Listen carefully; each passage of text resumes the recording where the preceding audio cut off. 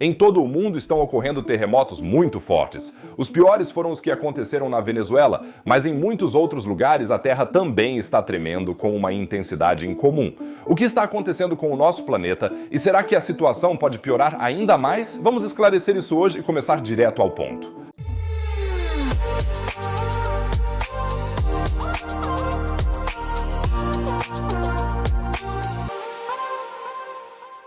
Fica à vontade para me escrever nos comentários se você já testemunhou um terremoto, e se sim, onde foi. E se quiser ficar por dentro das últimas notícias geológicas, inscreve-te no canal. Não custa nada e vocês vão receber sempre uma notificação. E quem já está inscrito, ajude o vídeo dando um curtir. 5.000 curtidas devem bastar para agradar o algoritmo do YouTube. Muito obrigado, galera! A Venezuela foi abalada por 2 terremotos extremamente fortes, e isso em menos de 1 minuto. Segundo o USGS, o primeiro terremoto teve magnitude entre 7,1 e 7,2 e o segundo 7,5. Ambos aconteceram a oeste de Caracas e o que foi especialmente perigoso foi a pouca profundidade dos terremotos, a apenas cerca de 10 quilômetros abaixo da superfície. Em Caracas e no estado de Laguara, prédios desabaram, o aeroporto de Maiquetía ficou danificado, a energia elétrica, a rede de celular e o trânsito ficaram parcialmente interrompidos e, o pior de tudo, mais de 1.400 mortos e inúmeros feridos. Alguns geólogos temem que essa atividade sísmica no duplo continente americano possa ser um prenúncio do chamado Big One, um super terremoto destrutivo ao longo da falha de San Andreas. A falha de San Andreas não é uma linha de ruptura qualquer na crosta terrestre. Ela se estende por mais de 1.300 quilômetros pela Califórnia e separa a placa norte-americana da placa do Pacífico. Em 1906, ela reduziu São Francisco a escombros e cinzas. Em 1857, devastou o sul da Califórnia. Desde então, tem estado relativamente tranquilo, pelo menos no que diz respeito aos grandes terremotos. Mas os geólogos sabem que isso é a calmaria antes da tempestade. É que tem um trecho dessa falha que funciona como um relógio suíço. Perto da cidadezinha de Parkfield, bem no meio da Califórnia, a terra treme mais ou menos a cada 22 anos. O último terremoto por lá rolou em 2004. Ao norte de Parkfield, a crosta terrestre está se movendo continuamente para frente, uns 3,5 centímetros por ano. No sul, porém, ela está presa. E Parkfield é exatamente a zona de transição entre essas duas áreas. Os pesquisadores usam esse laboratório geológico para aprender mais sobre terremotos. Afinal, mesmo com a tecnologia sismológica mais moderna, ainda não conseguimos prever terremotos com muita confiabilidade. Mas talvez isso mude agora, pois um novo estudo descobriu algo fascinante. O Dr. Luca Malanini e sua equipe analisaram as ondas sísmicas que percorrem as rochas sob Parkfield, mais especificamente como essas ondas perdem energia ao atravessarem o subsolo. Pouco antes do terremoto de 2004, esse comportamento de amortecimento mudou de uma forma bem característica. Agora a coisa fica um pouco técnica, mas não se preocupe, eu vou explicar para vocês. Os pesquisadores observaram que cerca de 6 semanas antes do terremoto, o amortecimento das ondas de alta frequência diminuiu, enquanto o das ondas de baixa frequência aumentou. É exatamente esse padrão que os cientistas estão vendo de novo agora. É como se a Terra sob Parkfield começasse a zumbir como uma chaleira pouco antes de apitar. A tensão vai aumentando, a rocha se transforma e em algum momento essa energia precisa ser liberada. Os pesquisadores acreditam que estamos prestes a ter o próximo terremoto em Parkfield e provavelmente ele terá novamente uma magnitude de cerca de 6 na escala de Richter. E Parkfield é tipo um prenúncio, mostra o quanto a falha de San Andreas está sob tensão. Os especialistas estimam que há cerca de 75% de chance de que, nos próximos 30 anos, um terremoto realmente devastador, com magnitude 7 ou mais, abale a região. Isso equivale a uma explosão de 475 mil toneladas de TNT ou 38 bombas atômicas de Hiroshima. Isso poderia transformar cidades como Los Angeles ou São Francisco em pilhas de escombros, deixar milhões de pessoas desabrigadas e virar de cabeça para baixo a economia da Califórnia e dos estados vizinhos. Não é de se admirar, então, que os geólogos estejam de olho na falha de San Andreas. Outro problema agora pode vir das usinas geotérmicas da região. Isso porque, para extrair o calor da terra, a água é injetada no subsolo e depois bombeada de volta para fora. Isso altera a pressão na rocha, e é exatamente isso que poderia, pelo menos em teoria, provocar terremotos ou intensificar tensões já existentes. Alguns pesquisadores veem uma relação clara entre a geração de energia geotérmica e o aumento da atividade sísmica. Outros são um pouco mais cautelosos e pedem, por enquanto, mais estudos. Mas voltando a Parkfield e ao possível terremoto que pode vir. O que isso realmente significa para a galera de lá? Parkfield em si é minúscula, tem só umas 2 dúzias de pessoas morando lá. Mas o que a gente descobrir aqui pode salvar vidas em toda a Califórnia, porque se a gente aprender a reconhecer os sinais que antecedem os terremotos, talvez um dia a gente consiga desenvolver sistemas de alerta alerta precoce ainda melhores.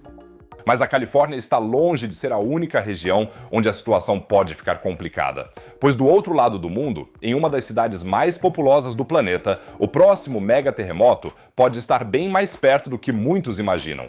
Estamos falando de Istambul, onde também paira a ameaça de uma grande catástrofe. No dia 23 de abril, a terra tremeu no Mar de Mármara, na costa turca, com uma magnitude de 6,2. Muitas pessoas correram em pânico para as ruas, mais de 350 ficaram feridas, mas felizmente não houve vítimas fatais. Mas o que para a maioria parece um evento isolado e assustador, é para os sismólogos uma peça preocupante de um quebra-cabeça muito maior. O epicentro ficou exatamente num ponto que os geólogos vêm observando há décadas com crescente preocupação: a falha do norte da Anatólia. Essa enorme linha de ruptura, com 1.500 quilômetros de extensão, atravessa a Turquia e passa a apenas cerca de 20 quilômetros ao sul de Istambul. E é exatamente aqui que, há séculos, vem se acumulando uma tensão enorme, que pode acabar se descarregando em um terremoto catastrófico.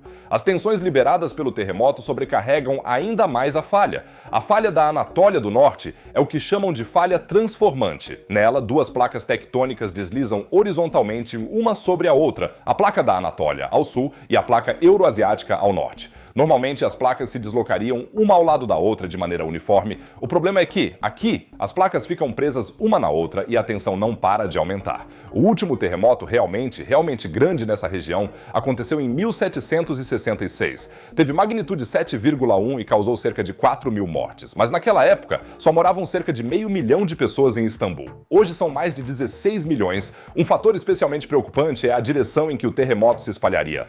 Martin S. Gasson descobriu que, em 72% dos terremotos analisados nessa região, a falha se rompe na direção nordeste, ou seja, exatamente na direção de Istambul.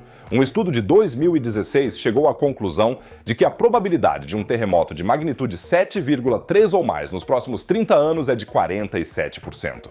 É praticamente como jogar uma moeda, e desses 30 anos já se passaram quase 10. O último grande evento foi o devastador terremoto de Smith, em 1999, com magnitude de 7,6 que matou mais de 17 mil pessoas. Mas os cientistas não desistem. Eles tentam monitorar a falha da melhor maneira possível. Além dos sismômetros tradicionais e das estações de GPS, agora também estão sendo usados métodos bem inovadores, como, por exemplo, cabos de fibra óptica ociosos de empresas de telecomunicações. Esses cabos podem ser usados como sensores gigantes para medir os movimentos do solo com alta precisão. Em terra, há um ponto de medição por metro. Com essas medições, os cientistas conseguem descobrir em quais bairros o solo amplificaria especialmente um terremoto. É lá que ocorreriam os maiores danos. Essa informação, por sua vez, é valiosa para os urbanistas e para a proteção civil. Normas de construção modernas, se forem cumpridas, poderiam melhorar significativamente a segurança dos prédios. Em Tóquio, por exemplo, outra metrópole em uma zona sísmica altamente ativa, normas de construção rigorosas e exercícios regulares ajudaram a garantir que mesmo terremotos fortes muitas vezes causem apenas danos limitados. Mas para Istambul, o caminho ainda é um pouco mais longo. Muitos prédios antigos e instáveis, pouco tempo para reforçá-los ou demolir. É uma verdade incômoda com a qual milhões de pessoas acordam e vão dormir todos os dias. De qualquer forma, as pesquisas sobre a falha do norte da Anatólia continuam e cada nova descoberta pode ajudar a salvar vidas. A combinação de terremotos e vulcões é sempre particularmente preocupante. E é exatamente isso que temos em Tenerife. O Teide, com 3.715 metros, não é só a montanha mais alta da Espanha, mas também o terceiro vulcão insular mais alto do mundo. Mas tamanho não é tudo. Muito mais importante é o que está acontecendo lá dentro da montanha. E é exatamente isso que preocupa os vulcanólogos. O Comitê Científico para a Avaliação e Monitoramento de Fenômenos Vulcânicos das Ilhas Canárias, ou CCES, divulgou um comunicado preocupante. Nele disse que o vulcão Teide está apresentando atividades geofísicas marcadas por aumento da sismicidade, deformações geodésicas e emissão de gases. Deixa eu traduzir. A montanha está tremendo, se deformando e soltando mais gases do que o normal. E esses são sinais típicos de que algo está se formando lá dentro do vulcão. O comitê se reuniu depois de uma série de tremores que rolou no dia 22 de janeiro, na encosta sul do Teide. Isso aponta para a atividade direta no subsolo. A atividade do Teide aumentou significativamente nos últimos anos. Desde 2016, redes de monitoramento registram as mudanças geofísicas sob a montanha. E especialmente desde 2022, os sinais de atividade vulcânica aumentaram bastante. Os pesquisadores estão observando vários sinais preocupantes ao mesmo tempo: enxames sísmicos, deformações no solo e variações nas emissões de gases vulcânicos. Segundo os cientistas, todos esses fatores indicam um aumento crescente da pressão no sistema hidrotermal sob o vulcão estratificado. A última grande erupção do Teide já faz um bom tempo. Ela aconteceu em 1909, ou seja, há mais de 110 anos. Naquela época, porém, o vulcão não entrou em erupção pela cratera principal, e sim por uma cratera secundária chamada Tig Nero. A erupção durou 10 dias, mas felizmente não destruiu nenhum povoado. A última grande erupção da cratera principal já faz ainda mais tempo. Ela aconteceu há cerca de 1150 anos. O Teide pode, portanto, estar com bastante pressão acumulada. Além disso, o Teide é um dos maiores vulcões da Europa e foi classificado pelas Nações Unidas como um dos 16 vulcões da década do mundo. São vulcões que, devido ao seu tamanho, localização e histórico de erupções, são especialmente perigosos. Na pior das hipóteses, poderiam ocorrer enormes fluxos piroclásticos descendo as encostas da montanha em alta velocidade. A capital da ilha, Santa Cruz de Tenerife, assim como os centros turísticos no sudoeste da ilha, seriam afetados pela cinza vulcânica. O tráfego aéreo provavelmente teria que ser totalmente suspenso em caso de uma erupção de grande magnitude. A nuvem de cinza poderia paralisar todo o espaço aéreo das Canárias, como a erupção daquele vulcão famoso na Islândia em 2010, que paralisou o tráfego aéreo europeu por dias a fio. Nem vou tentar pronunciar o nome. Felizmente, os especialistas não veem nenhum perigo imediato, pelo menos no futuro próximo. Ao mesmo tempo, porém, devem ser tomadas medidas para preparar a população com simulados. As autoridades reforçaram bastante a monitorização do vulcão nos últimos anos. Hoje, o Teide é um dos vulcões mais bem monitorados do mundo. Uma densa rede de sismômetros, estações de GPS e sensores de gás registra qualquer mudança, por menor que seja. Se a situação se agravar, os cientistas perceberiam a tempo. Em caso de erupção iminente, a população teria pelo menos 72 horas para se evacuar. Já vimos que a América do Sul, a América do Norte, a Turquia e as Ilhas Canárias foram todas atingidas por terremotos. Mas o que muita gente não percebe é que mesmo no coração da Europa, na Alemanha, não estamos imunes a eventos tectônicos. Mais especificamente, ao longo do Vale da Fenda do Alto Reno, em Baden-Württemberg, a região inteira é um espetáculo, já que o Vale do Reno Superior é uma formação geológica fascinante que se estende de Basileia, no sul, até Frankfurt, no norte. Há milhões de anos, processos geológicos extremos estavam em ação por aqui, quando a crosta terrestre começou a se esticar na Europa Central, levando a uma fissura semelhante a uma fenda. Em termos geológicos, uma placa tectônica relativamente rígida se deslocou horizontalmente nessa região. Naquela época, as placas eurasiática e africana estavam se aproximando uma da outra, um processo que deu origem principalmente aos Alpes, mas também causou alongamento na crosta terrestre em pontos mais fracos, fazendo com que a área afundasse, formando um vale de rift. No entanto, a depressão foi repetidamente preenchida com sedimentos de áreas vizinhas, que se depositaram ali. Depois que o Vale de Rift se formou, as placas tectônicas se elevaram novamente, o que acabou levando à forma atual do Vale de Rift do Alto Reno. Na verdade, a região ainda apresenta sismicidade elevada hoje em dia e terremotos ocorrem, em média, a cada poucos meses. Esses terremotos, no entanto, são bem fracos, com magnitude de 3 no máximo, mas podem ser sentidos por quem está bem no epicentro do tremor. Os pesquisadores dizem que, mais ou menos a cada 10 anos, ocorrem terremotos maiores que são sentidos em toda a região e com magnitude de 5 podem até causar danos. Em 1356, um terremoto devastador atingiu a região ao redor de Basileia, bem embaixo da vila de Reinach. Casas desabaram, as pessoas fugiram em pânico para as ruas, a cidade pegou fogo e quase todas as igrejas e castelos da região foram danificados. Os pesquisadores estimam agora que esse terremoto deve ter tido uma magnitude de 6. Ainda existem as chamadas zonas fracas no Vale do Rift do Alto Reno, criadas pela pressão da placa africana contra a placa eurasiática. Essas zonas ficam ao longo das falhas que se formaram durante a atividade tectônica do Rift e apresentam maior vulnerabilidade a eventos geológicos, como terremotos ou até mesmo vulcanismo. Em outras palavras, são basicamente um ponto de ruptura sísmico já determinado. Nesse caso, o termo usado é sismicidade intraplaca, ou seja, atividade sísmica que ocorre dentro de uma placa tectônica e não nas bordas da placa. Segundo os pesquisadores, a atividade ao longo do Vale do Rift e do Alto Reno é moderada em comparação com os padrões globais e nem de longe tão dramática quanto em regiões propensas a terremotos localizadas diretamente nas fronteiras das placas tectônicas, como na Turquia. A pesquisa nessa área é, no entanto, importante, porque se um forte terremoto atingisse o Vale do Rift e do Alto Reno hoje, teria consequências devastadoras. Nessa região, que em parte é densamente povoada, poderiam ocorrer danos significativos a prédios e infraestrutura se eles não fossem construídos para resistir a terremotos. Por isso, é essencial estar preparado para todas as eventualidades também por aqui. Tem uma coisa que muita gente não imagina, que talvez os eventos mais perigosos não sejam os terremotos em terra firme, mas sim os submarinos, mais especificamente os de águas profundas. Em 10 de maio de 2018, os moradores da ilha de Mayotte, que fica no Oceano Índico e faz parte da França, foram pegos de surpresa por um terremoto.